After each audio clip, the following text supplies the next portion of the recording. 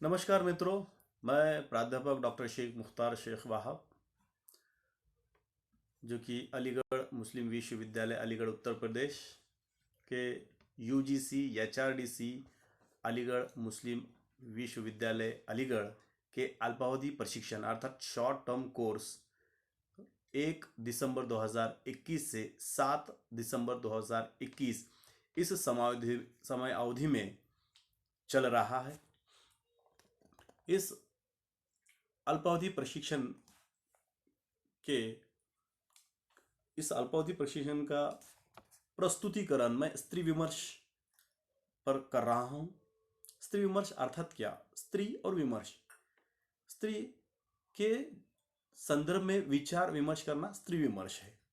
इतिहास साक्षी है कि शक्ति संपन्नों ने कमजोरों को पराजित किया। पराजितों की पीड़ा और त्रासदी इतिहास के पन्नों पर महत्व नहीं पाती। स्त्री जाति का इतिहास पराजय दमन से संबंध है। सतत यातना और घुटी हुई चीखों का इतिहास है। विजेताओं अर्थात पुरुषों ने अपना धर्म, अपनी मान्यताओं को पराजितों स्त्रियों पर लादा। स्त्रियां गुलाम की तरह होती गई, परंतु समय परिवर्तन से स्त्रियों ने पराजित की मानसिकता को नकार कर पुरुष की संस्कृति तथा तथाकथित मान्यताओं को चुनौती दी। चुनौती मात्र चुनौती नहीं, बल्कि इसे न स्वीकारेगा तो कभी मौनता को, तो कभी विद्रोह के साथ व्यवस्था की बुनियाद में बदलाव होने वाला था। इस दस्तक को विद्वानों को चिंतकों ने गंभीरता से लिया। यही स्त्री लेखन आज एक आंदोलन रूप ले चुका है, विमर्श का विषय बन चुका है। इस स्त्री विमर्श को स्त्री के आक्रोश प्रतिरोध की रचनात्मक अभिव्यक्ति के रूप में देखा जाने लगा है। दोस्तों, हर चाहे स्त्री हो चाहे पुरुष हो, जब जन्म लेता है तो एक मानवीय, एक इंसानी रूप में एक बच्चा पैदा होता है। किंतु हम जब जन्म लेने के बाद उसको स्त्री और पुरुष, लड़का और लड़की, इसमें जब हम विभाजित लिंग द्वारा करते हैं तो कहीं ना कहीं स्त्री पर या लड़कियों पर अन्याय करते हैं कि तू लड़की है। इसलिए Simone de Beauvoir the second sex में कहती है, स्त्री पैदा नहीं होती बल्कि उसे बना दिया जाता है। अर्थात जब स्त्री पैदा होती है तो एक इंसानी रूप में पैदा होती है, चाहे लड़का हो चाहे लड़की हो। मानसिक रूप से दो भी या बौद्धिक रूप से दो भी सशक्त होते हैं। किंतु सिमोन दे बोवेर अपनी पुस्तक सेकंड सेक्स में दोहरा रही है कि स्त्री पैदा नहीं होती बल्कि उसे बना दिया जाता है।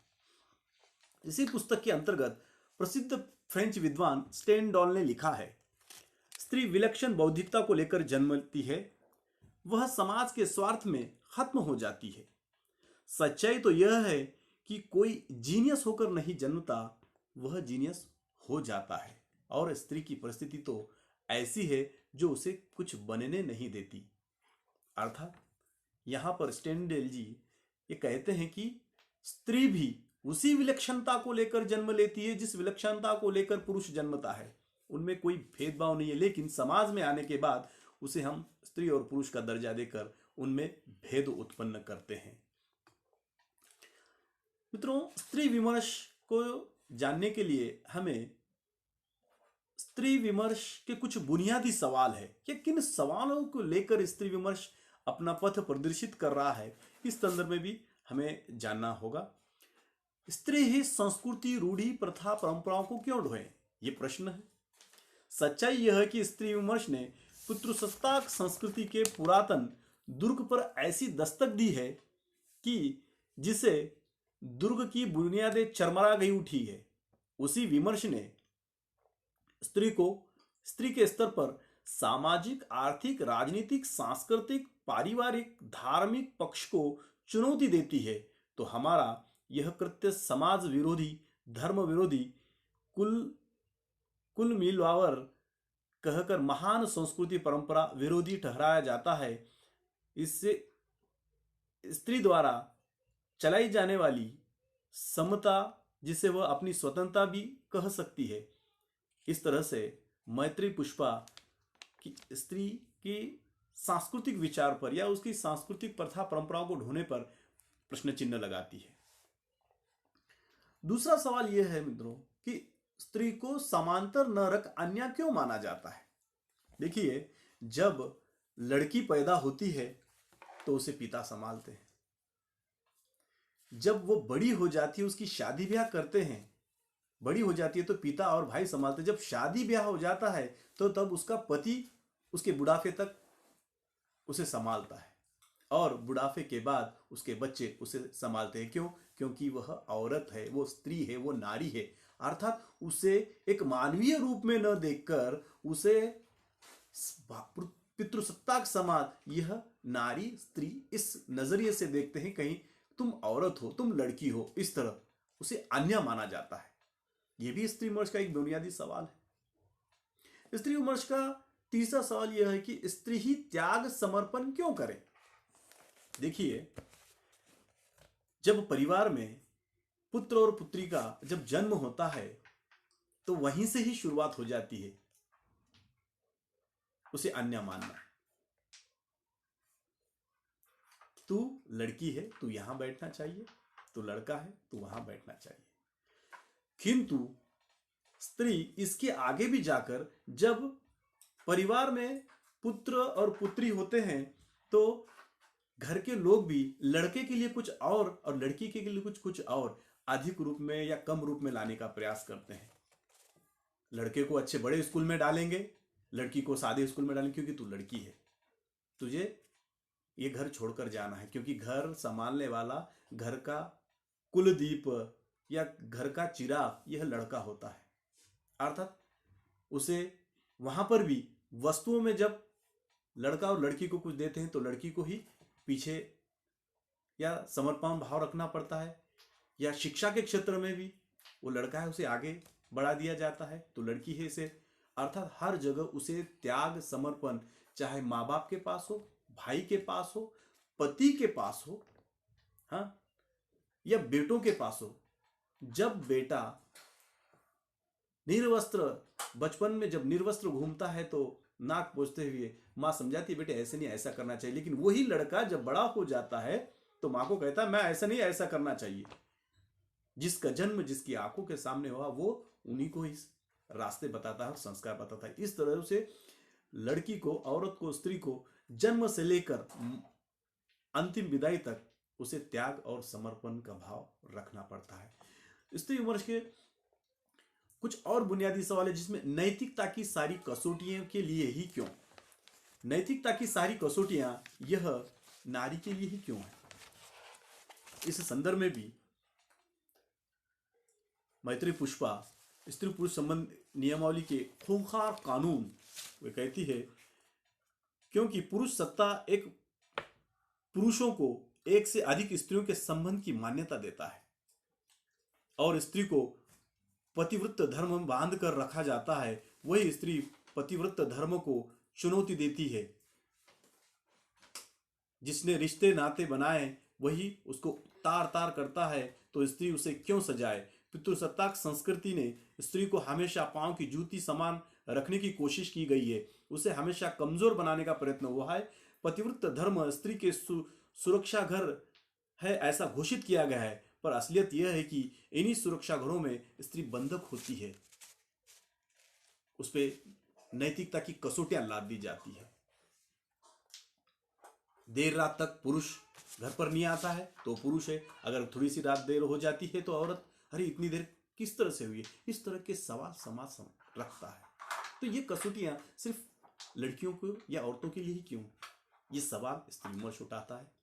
स्त्री के जीवन का निर्णय अन्य कोई क्यों करे। जब बचपन से लेके उसके बुढ़ापे तक, बचपन में पिताजी उसका जीवन का निर्णय लेते हैं, बड़ी हो जाती है भाई और पिताजी निर्णय लेते हैं ऐसा नहीं ऐसा करना है, शादी हो जाती है तो पति उसका निर्णय लेता है ये मत करो ये ऐसा करो, या बुढ़ापा आ जाता है तो बेटे उनका निर्णय लेते ऐसा नहीं ऐसा करना चाहिए। अर्थात इन्हें कौन दिया है ये सारे हक, इसी समाज ने। ये प्रश्न स्त्री विमर्श हिंदी साहित्य या भारतीय साहित्य में उठाने का प्रयास कर रहा है। स्त्री कब तक स्वावलंबी रहे, इस पिछड़ेपन या इस उपेक्षिता नारी को सबका सबसे मुख्य कारण उसकी स्वावलंबिता है, क्योंकि वह घर में शादी ब्याह करे, बच्चे पैदा करे, यही घर गृहस्थी संभाले, चूल्हा चौका संभाले, इतने ही उसकी समाज ने इतने ही उसके दायरे बना रखे हैं।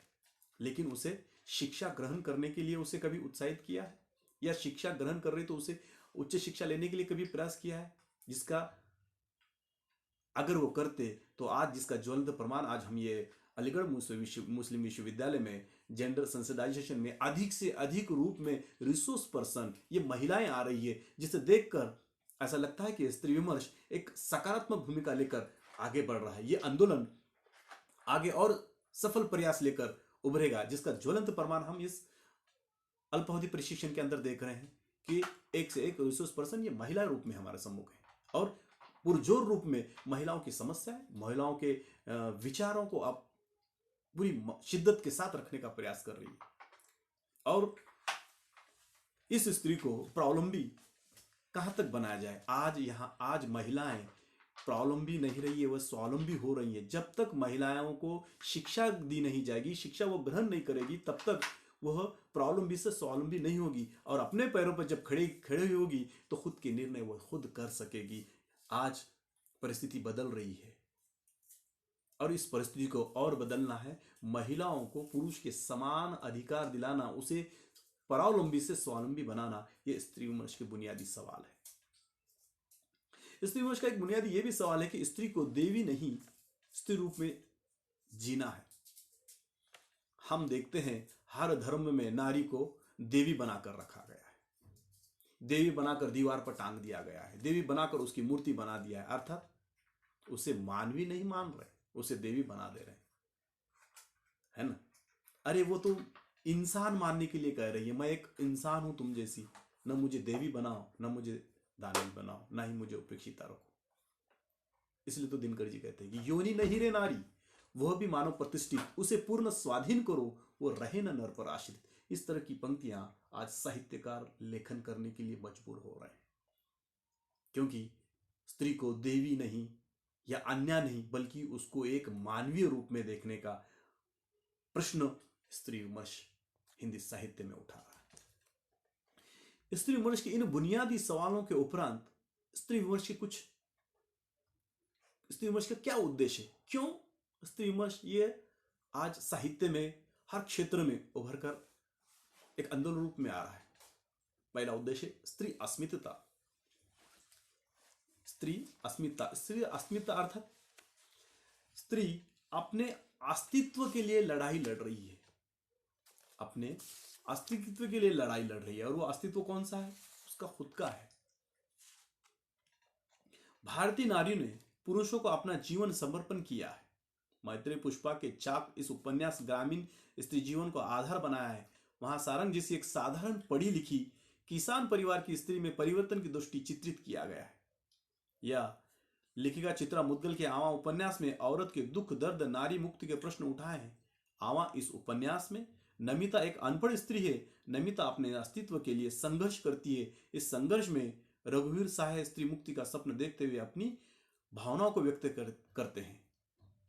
स्त्री की देह मुस्कुराती स्त्री, उसकी देह पीठ इधर करते ही उसके जीवन की 10 बरस और देखें। हर स्त्री के गर्भ में रहते हैं उसके आने वाले क्लेश। जब वो घुटने मोड़कर करवट लेती हो, पर तुम देखोगी उस पर अन्याय होंगे, पर उसका चेहरा, उसका विद्रोह, ये कितनी औरतें जान पाती है इस ब्रह्म में भूली हुई कि वह भविष्य है। इस तरह से हिंदी कथा साहित्य में स्त्री अस्मिता की खोज में एक क्रांतिकारी परिवर्तन महिला लेखिकाओं द्वारा या लेखकों द्वारा हो रहे हैं। स्वयं निर्णय लेने का अधिकार। स्त्री विमर्श का उद्देश्य यह स्त्री को या नारी को स्वयं निर्णय लेने के पक्षधर में है। वह विलक्षण, जिस तरह से मैंने कहा कि सिमोन दे कहती है कि विलक्षण बौद्धिकता को लेकर जन्म लेती है, स्टेडेल ने कहा कि विलक्षण बौद्धिकता को लेकर जन्म लेती है तो वह एक मानवीय है, उसके स्वयं के निर्णय वह स्वयं लेने के लिए उसे स्वतंत्रता दी जाए, न कि उसे परंपरा रूढ़ी की बेड़ियों में जकड़ा जाए। जब वो स्वयं निर्णय लेगी, उसका अच्छा बुरा वो जान पाएगी, तभी कहीं जाकर स्त्री विमर्श या तभी कहीं जाकर स्वयं का विकास कर पाएगी, दुनिया की आबादी का विकास कर पाएगी। तीसरा उद्देश्य, जीवन में प्राप्त अवसरों स्रोतों चुनने का अधिकार या हक।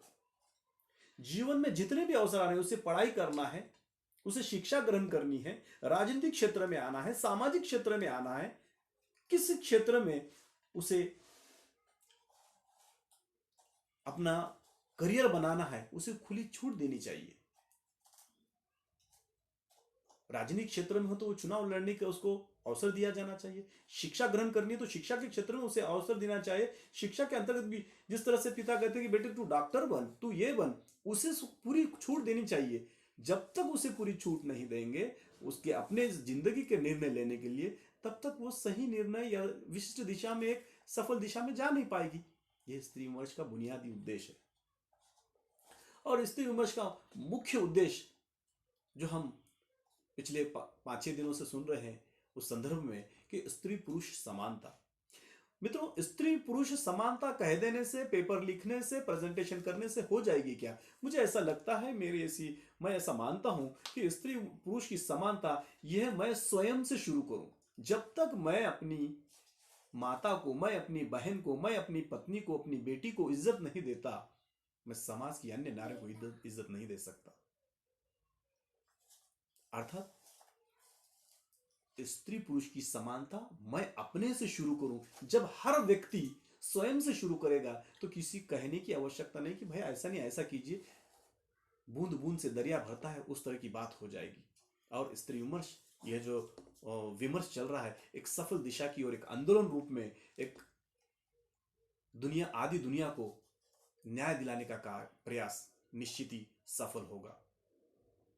इस तरह से मित्रों, स्त्री विमर्श यह हिंदी साहित्य में विभिन्न विमर्शों को प्रचलन हुआ है, लेकिन स्त्री विमर्श एक मुख्य विमर्श है जो कि दुनिया की आदि आबादी को के संदर्भ में अपनी विचारधारा रखता है। स्त्री विमर्श के संदर्भ में मतभेद है। स्त्री विमर्श किसे कहा जाए? स्त्रियों द्वारा लिखा गया साहित्य स्त्री विमर्श है या स्त्रियोत्तर पुरुषों द्वारा लिखा गया साहित्य स्त्री विमर्श है? मतभेद जरूर है इसमें, किंतु स्त्री विमर्श को लेकर जो भी विचारधारा आ रही है, महिलाओं द्वारा चाहे पुरुषों द्वारा, इसका स्वागत किया जाना चाहिए। यदि कोई महिला लेखन करती है, अपनी आत्मकथा लिखती है, उसे सराहना जाना चाहिए, क्योंकि इतना धैर्य, इतनी हिम्मत जुटाकर वो अपने जीवन के अनुभवों को लेखन कर रही है।